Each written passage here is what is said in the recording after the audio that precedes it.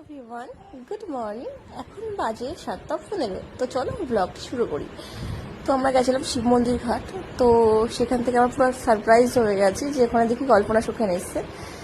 তা ভালো হলো, চা চু খেলাম ওখান থেকে বসে। আমরা তারপরে ডিসাইড করলাম যে চলো আমরা একটু কল্যাণীতে ITI মোড়ে যাই, ঘুরে আসি। তো গেলাম। আর তার মধ্যে একটা মজার বিষয় হলো কি, ওদের ফোনটা আমরা নিয়ে নিয়েছি, যেতে দেওয়ার ইচ্ছা না। তো দেখা যাক কতটা সাকসেস করতে পারি আমরা। তো চলো ব্লগটি দেখো, এনজয় করো। দেখো মানে প্যান্ডেল কোথায় আর লাইটিং কোথা থেকে শুরু হচ্ছে। তো দেখতে থাকো ব্লগটি, আর সবাই কমেন্ট করো কেমন লাগছে।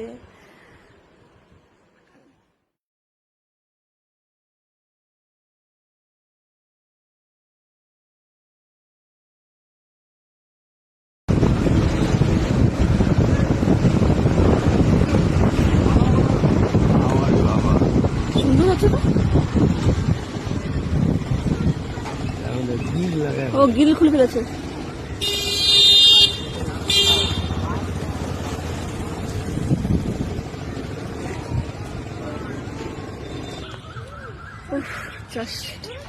দারুণ দারুণ,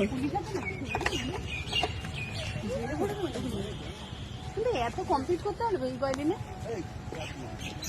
একদম কমপ্লিট হয়ে দেখো। চলো চলো একটা ছবি তুলি, তানিয়ারে দেখাবো।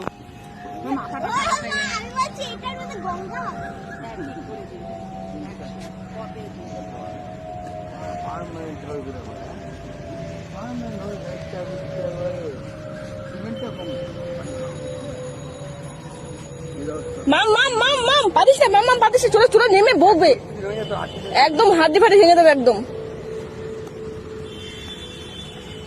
জাস্ট কোনো কথা হবে না। দেখো গাইস, এত সুন্দর লাগছে। আর রেডি হয়ে গেলে যে আর কত সুন্দর লাগবে।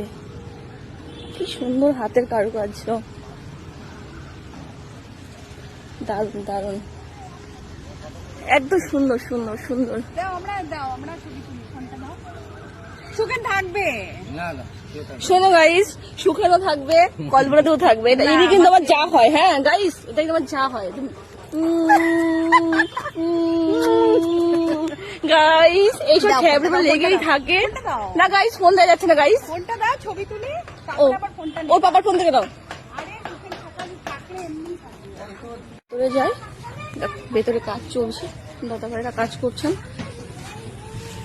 খুব সুন্দর কাজ।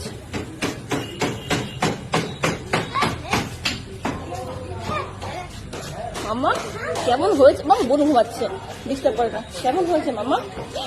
রুহি